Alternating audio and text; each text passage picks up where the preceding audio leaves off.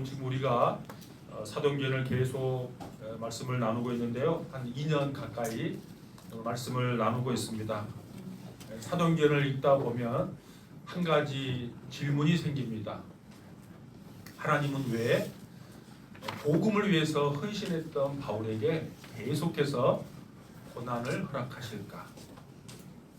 그러나 우리는 또 동시에 이 질문도 던져야 합니다. 고난이 반드시 우리에게 나쁜 것일까? 여러분 생각해 보시면 때로는 성공과 형통이 우리가 하나님 앞에 나아가는 그 길을 막기도 하고 반대로 고난이 하나님을 만나고 그의 뜻을 이루는 통로가 되기도 합니다. 오늘 본문은 인생의 두 갈래 길 앞에서 바울과 벨릭스가 어떤 선택을 했는지를 보여줍니다. 오늘 이 말씀을 통해 우리가 인생의 길을 걸어갈 때 반드시 두 갈래 길이 놓여 있다면 어떤 선택을 하며 살아가야 하는지를 이 말씀을 통해 깊이 생각해 보기를 원합니다.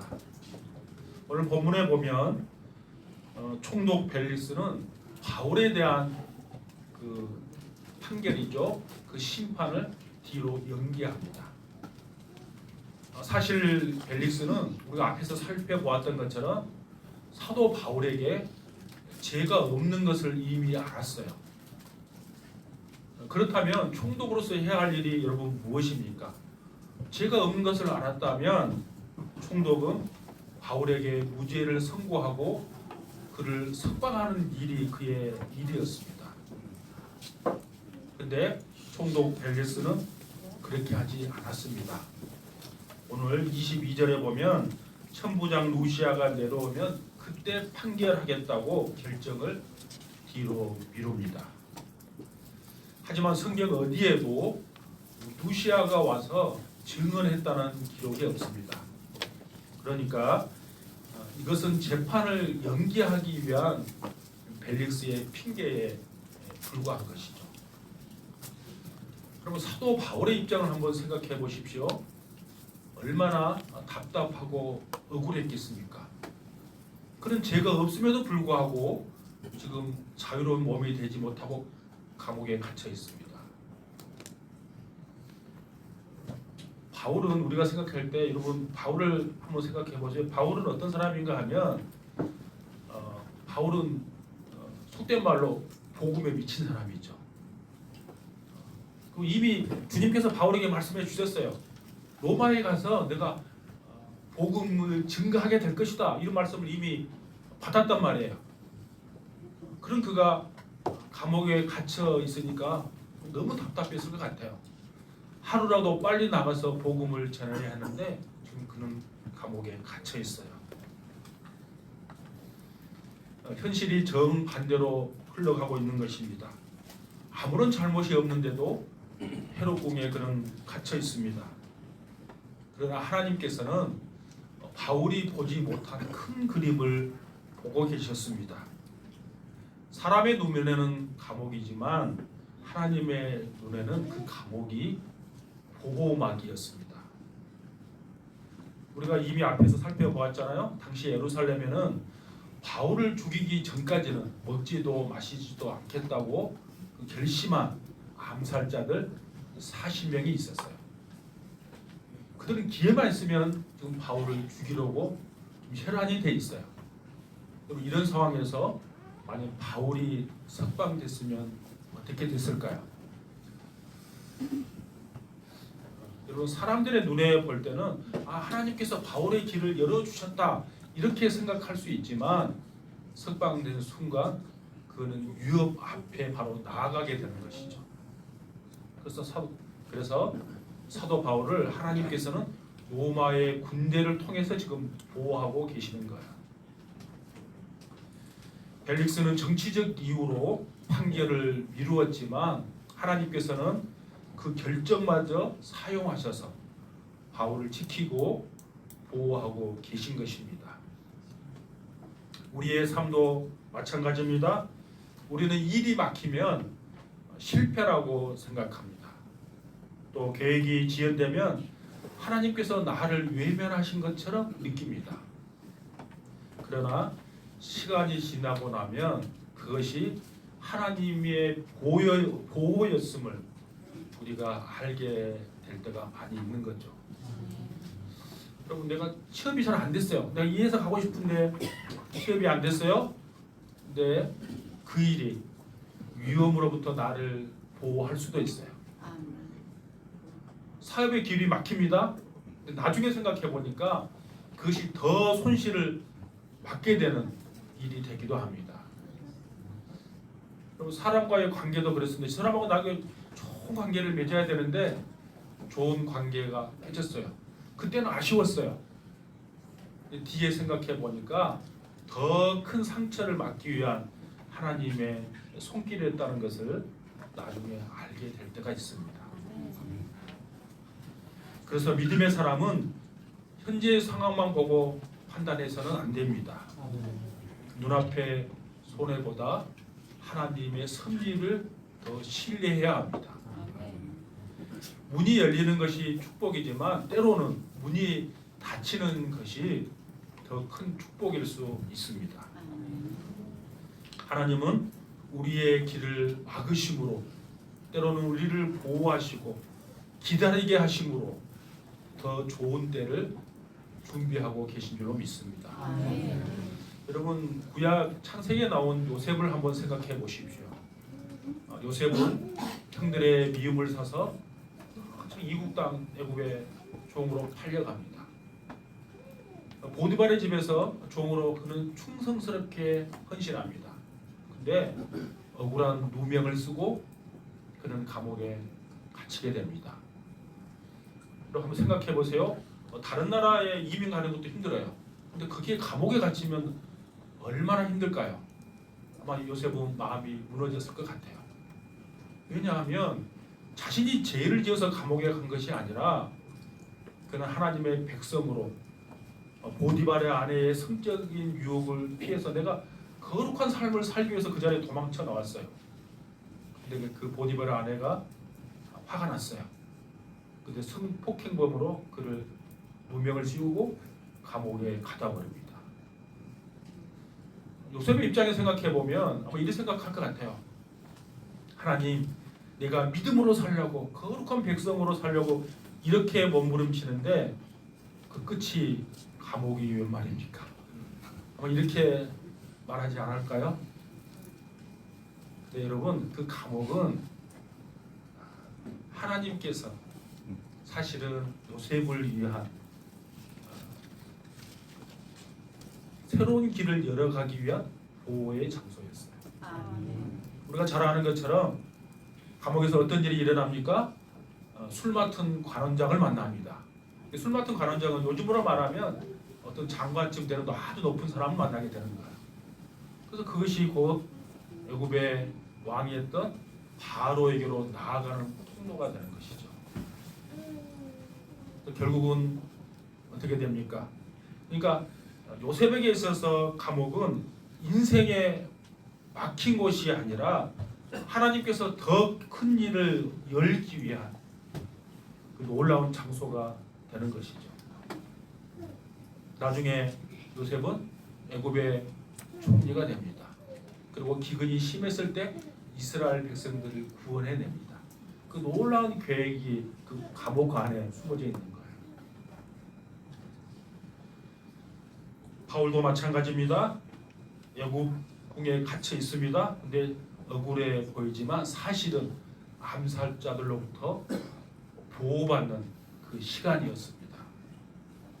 우리도 때로는 감옥과 같은 상황을 만나게 됩니다. 그러나 하나님은 그곳에서도 여전히 일하고 계십니다. 하나님께서 막으시는 길은 저주가 아니라 보호일 수 있음을 여러분 믿을 수 있기를 바랍니다. 이제 본문은 벨릭스가 인생의 중요한 갈림길에 서 있음을 우리에게 보여줍니다. 며칠 후에 벨릭스는 그의 아내 두루실라를 같이 데리고 와서 바울에게 복음에 관한 이야기를 듣습니다. 여러분 생각해 보세요.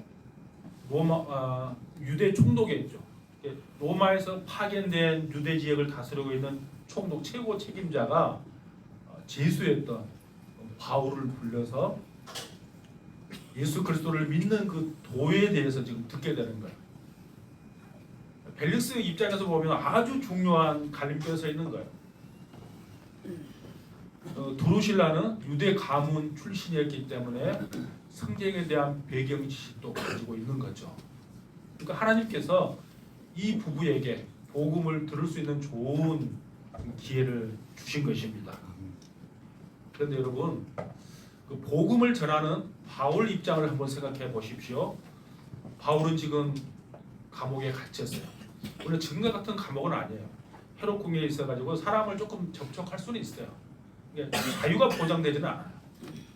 근데 바울의 입장에서는 여기서 빨리 나가는 것이 그의 목적이지 않겠어요?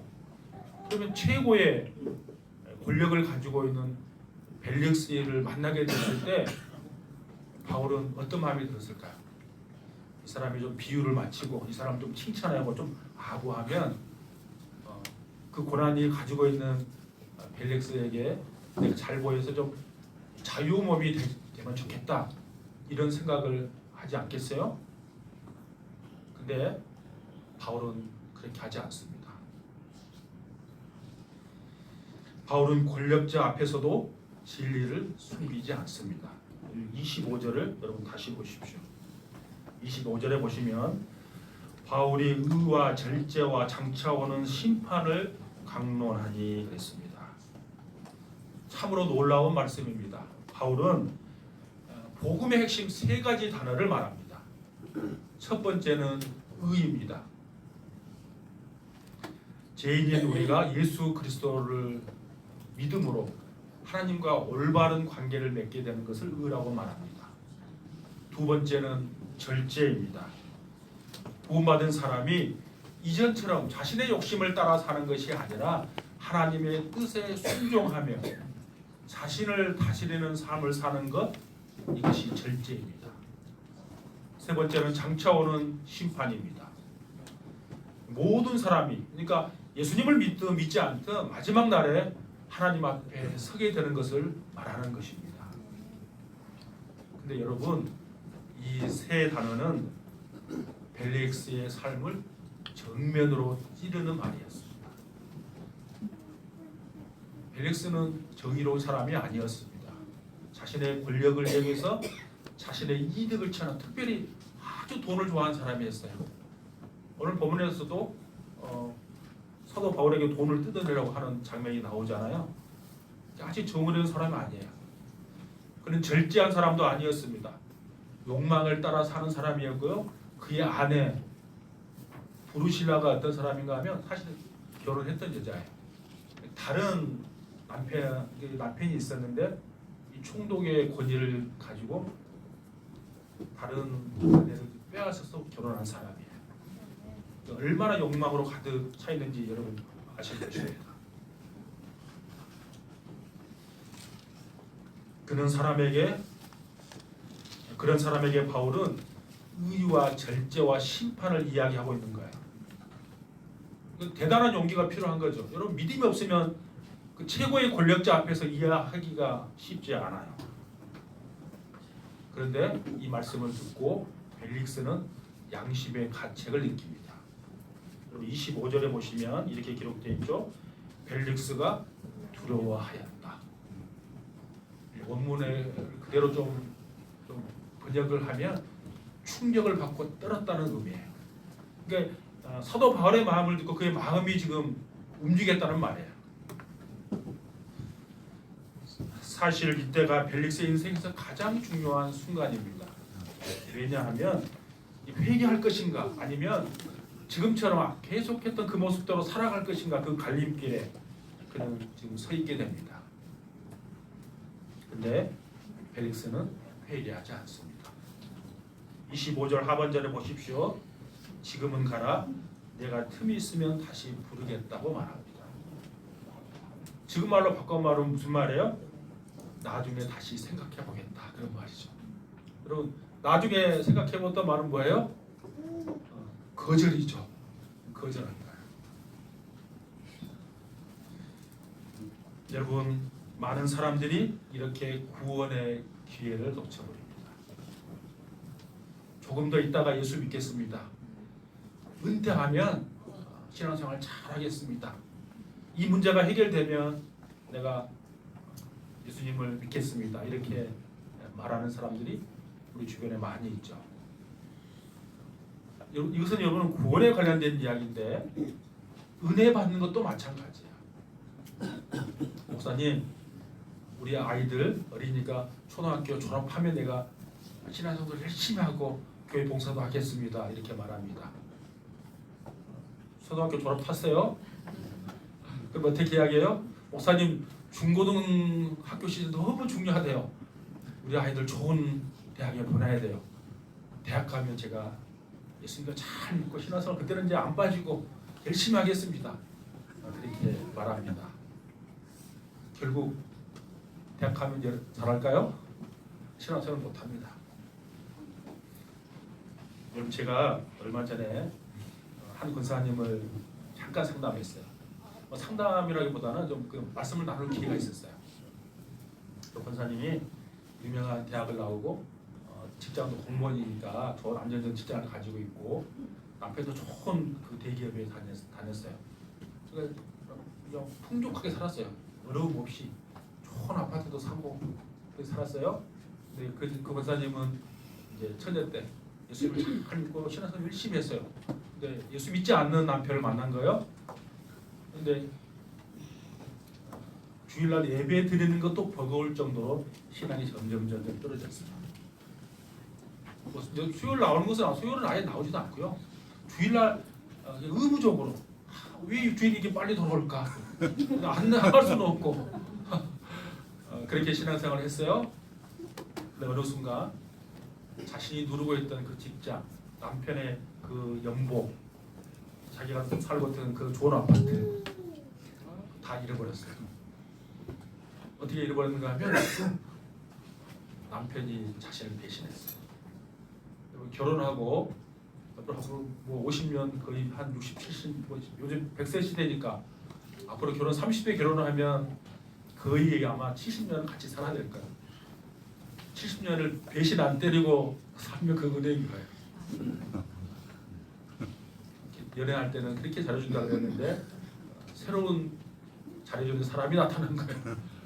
그러니까 권사님은 얼마나 절망했을까요? 근데 그때 그 아파트도 이제 이사 나와야 됐고 남편도 다른 데로 떠나가 버렸고 자신의 체면도 다 구겨졌고 모든 것을 잃은 인생의 밑바닥까지 내려갔어요. 그때서 깨달았어요. 아, 내가 하나님을 너무 많이 떠나왔구나. 어떻게 예배를 드렸는가 하면요, 그 권사님이 이렇게 이야기해요. 목사님, 나 모든 예배는 그때부터 다 드렸습니다. 새벽 기도회, 수요회, 철야 기도회, 교회에서 있는 교육들 하나도 빠짐없이 내가 다 드렸습니다. 그리고 그 앞자리에서 그 어떤 봉사를 했는가 하면 장애우들 있잖아요. 장애우들 예배드리도 좀 부산하니까 딱 이렇게 묶어준 거예요. 같이 손잡고 예배드릴 수 있도록. 근데 그걸 봉사 안 한대요. 장애인들 막 튀어나가려고 그러고 또 잘 안 씻고 냄새나고 하니까 잘 안 하는데 그 사역을 3년 이상 다 손을 잡고 다 예배드렸대요. 제가 지금 이야기를 그 은혜에 대해서 지금 이야기를 나눈 겁니다. 우리가 은혜에서 멀어지는 이유는 뭔가 예배에서 멀어지면 은혜에서 멀어지는 거야. 그러니까 그 예배를 다 드리니까 여러분 그 남편이 죽도록 미웠는데 그 남편이 그때서 비로소 불쌍해 보이는 거야. 아, 예수 믿지 않고 내가 예수님을 좀 잘 믿고 내가 남편을 구원시켰다면 어쨌을까? 그 이야기를 하는 거야. 여러분, 그러니까 내 자녀들이 대학 가면 예배 생활 열심히 하고 신앙생활 잘하겠습니까? 여러분, 이거 뒤로 넘겨놓으십시오. 제가 어제 우리 며느리가 처음으로 우리 집에 왔는데요. 어제 밤에 제 이야기를 했어요. 창대가 막내가 11월생이거든요. 11월생인데 태어나고 2달 만에 1월 달에 제 순천에 이사 갔어요. 이게 저 공부하려고 순천으로 이사 갔는데 그 핑계였고 제 아내를 위해서 분가하고 싶었거든. 어머니 모시고 너무 힘들어하니까 어머니가 아들을 혼자 키우니까 제가 아들이 아니고 제가 남편이 된 거예요. 출근할 때 제 아내가 배웅해야 되는데 제 어머니가 배웅을 두 사람의 배웅을 받는 그 남자의 그 고독을 여러분도 아십니까? 출근할 때 그 눈치를 보면서 어머니 눈치도 보고 아내 눈치도 보고 두 사람에게 작별하고 출근하는 그 모습. 아내가 너무 힘드니까 제가 이제 아예 분가시켰어요. 그래서 제가 이제 이사가 버렸어요. 제 아내가 좋은 아파트 살다가 순천에 흐름한 주공 아파트 1층에 냄새나고 15평인가 17평인가 잘 모르겠어요. 거기 갔는데 너무 좋아하더라고. 좋아할 수밖에 없죠. 분가했으니까. 제가 오늘 이야기를 하려는 것이 아니라 100일도 안 된 아들, 그 다음에 다 2살 터울이거든요. 1살, 3살, 5살 그 3명의 아이가 자고 있어요. 자고 있으면 하나님은 내가 새벽기도 갈 동안에 1시간 동안 깨어나지 않게 해주세요. 그렇게 기도하고 제 아내가 새벽기도를 한 번도 빠진 적이 없어요. 저는 공부한다고 서울에 한 7년 동안 대학원, 상남대학원 진학한다고 한 거의 8년 동안 서울에 집에 빌 때가 많잖아요. 그럴 때도 한 번도 빠지지 않고 수요일 외에 새벽기도에 그 자리를 지켰습니다. 여러분 어떠십니까? 수요일 날은 여러분 어떻게 보내십니까? 토요일 날 전교인 새벽기도는 여러분 어떻게 보내십니까? 자녀를 어떻게 키우실랍니까? 세상에 내보내는데 제가 화요일 날 순천 남동에 가서 제가 교사 강습회 하는데요. 여러분 우리 교회학교 친구들 다 세상으로 나가는 거예요. 교회 공동체만 있는 것이 아니라 세상 밖으로 내보내는 거예요. 부모의 기도가 아니면 자녀를 제대로 거룩한 백성으로 세울 수 없어요. 그러니까 은혜 받을 때는 여러분 내일이 아니라 오늘임을 기억하십시오. 그러니까 내 형편에 매이지 말고 내 형편 속에서도 최선을 다해서 하나님을 섬기고 예배 드리는 데 집중하십시오. 우리 앞에는 늘 선택이 놓여 있습니다. 여러분은 어떤 선택의 기준을 가지고 하나님 앞에 나아갑니까? 우리는 이 땅의 땅을 받고 살지만 우리의 시민권은 여러분 하늘에 있음을 기억하십시오. 그 기준으로 선택하셔야 합니다. 그러면 수요일도 내 스케줄을 바꾸는 거야. 토요일도 내 시간을 딱 맞추는 거예요. 여러분 벨릭스가 복음을 몰랐던 것이 아닙니다. 그런 복음을 들었습니다. 마음의 찔림도 받았습니다. 문제는 복음을 들었지만 그런 순종하지 않았다는 것입니다. 오늘날에도 많은 사람들이 말씀을 듣습니다. 설교도 듣고 성경도 읽고 은혜도 받습니다. 그러나 결단하지 않으면 벨릭스와 별 차이가 나지 않는 사람이에요. 말씀 앞에서 감동받는 것보다 중요한 것은 순종하는 것입니다. 하나님께서는 오늘 우리에게 두 갈래의 길을 열어두십니다. 우리는 어떤 길을 선택하겠습니까? 의와 절제와 장차 오는 심판을 기억하고 하나님 앞에 순종하는 삶을 살아가는 저와 여러분 될 수 있기를 축복합니다. 마지막으로 선택의 결과에 대해서 한번 생각해 보려고 합니다. 여러분 사람은 누구나 선택을 하며 살아갑니다. 그리고 그 선택은 결국 열매로 나타납니다.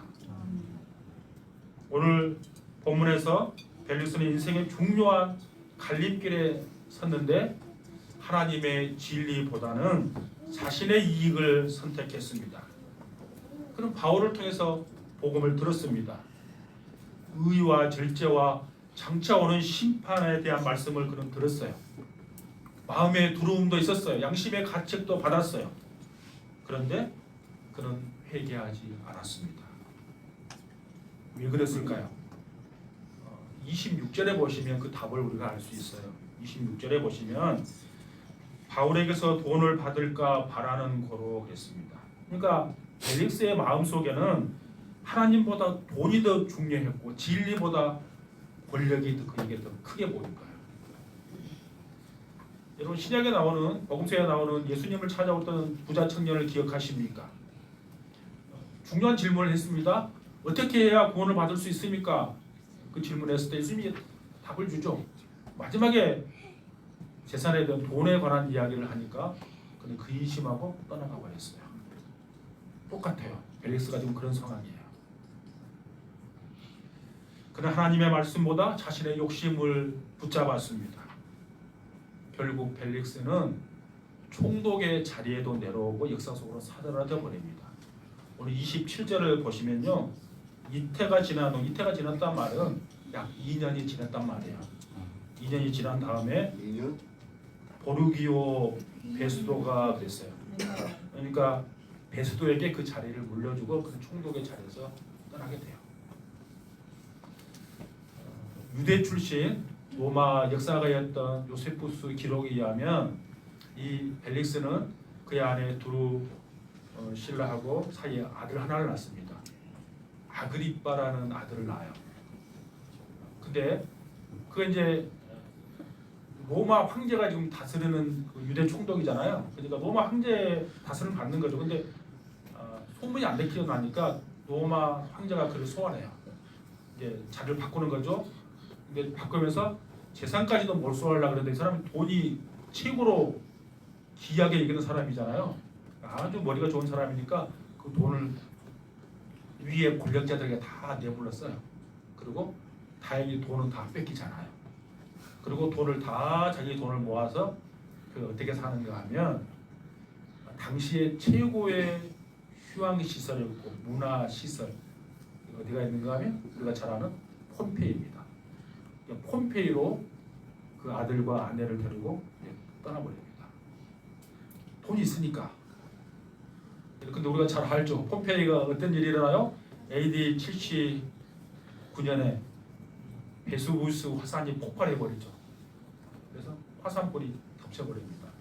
세 사람은 거기서 불타고 죽고 맙니다. 그게 요세푸스가 써놓은 기록에 나와 있습니다. 여러분, 바울의 말을 그 앞에서 직접 들었던 벨릭스와 드루실라, 그가 만약 회개하고 예수님을 믿었다면 그의 앞에 삶이 어떤 삶을 살았는지 중요하지 않아요. 그가 주님 앞에서 선한 도구로 쓰임받다가 그의 인생의 마지막을 맞이하게 될 것입니다. 그렇게 살지 못했어요. 여러분, 예수 믿고 주님 앞에 순종하다가 헌신하다가 죽음을 맞이한 것이 가장 복된 죽음이 되는 거죠. 근데 그는 마지막 죽음이 심판의 대상이 되고 말았다는 거예요. 너무나 불쌍한 사람들이 아닐 수 없습니다. 한심하면서도 불쌍한 벨릭스와 드루실라가 1세기에 살았던 이 사람들의만의 모습입니까? 혹시 나에게는 이런 모습이 없는지? 내 시민권은 하늘에 있는데 하늘에 관한 것은 전혀 관심이 없고 늘 땅에만 쫓고 있다면 사실은 벨릭스와 별 차이가 나지 않는 거예요. 그는 진리를 몰라서 실패한 것이 아닙니다. 진리를 알았지만 순종하지 않았습니다. 하나님의 뜻을 몰라서가 아니라 자기 이익을 포기하지 못해서 그는 실패한 것입니다. 사도 바울은 그러나 다르게 살았습니다. 사도 바울은 고난을 받았습니다. 억울한 누명을 썼습니다. 감옥에 갇히기도 했습니다. 그러나 바울은 눈앞의 이익보다는 영원한 가치를 바라보았습니다. 그는 하나님의 심판과 상급을 믿었습니다. 그래서 권력자 앞에서도 진리를 말할 수 있었고 자유를 얻기 위해서 그는 아첨하지 않았습니다. 오직 하나님 앞에 설날을 바라보며 그는 충성했습니다. 그리고 사실 절제된 삶은 심판을 믿는 사람만이 살 수 있어요. 여러분, 학생들이 시험 시간을 알기 때문에, 시험의 날짜를 알기 때문에 놀고 싶은 그 마음을 절제하고 공부하는 것처럼 성도는 언젠가 우리에게 마지막 날이 있다는 것을 알기 때문에 내 욕망대로, 내 살고 싶은 대로 살지 않는 거죠.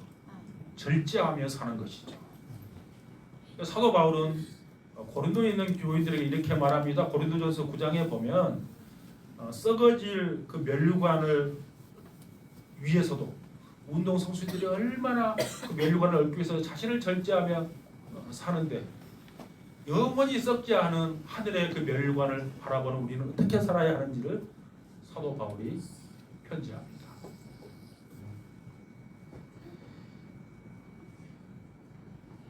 여러분, 썩지 않는 것, 그거 상급 사도 바울은 바라보고 자신의 몸을 처복종시키며 이 땅에서 살았고 끝까지 믿음의 경주를 달려갔습니다.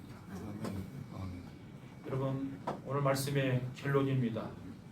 우리가 이 땅에 살아갈 때 언제나 두 갈래 길이 우리에게 놓여져 있습니다. 벨릭스처럼 눈앞의 이익과 편안함을 여러분 선택하시겠습니까? 아니면 사도 바울처럼 하나님의 뜻과 영원한 상급을 여러분 선택하며 사시겠습니까? 당장은 넓은 길이 좋아 보일 수 있습니다. 세상의 성공과 즐거움이 더 매력적으로 보일 수도 있습니다. 그러나 결국 남는 것은 하나님 앞에서의 평가입니다. 우리 모두가 의와 절제와 장차 오는 심판을 기억하고 하나님 앞에서 부끄러움 없는 삶을 살아갈 수 있기를 바랍니다. 그래서 이 땅에서도 주님께서 주시는 평안과 기쁨을 누리고 하나님의 나라에서도 잘하였도다 착하고 충성된 종이라고 칭찬받는 주의 백성들 다 될 수 있기를 주님의 이름으로 축복합니다. 찬양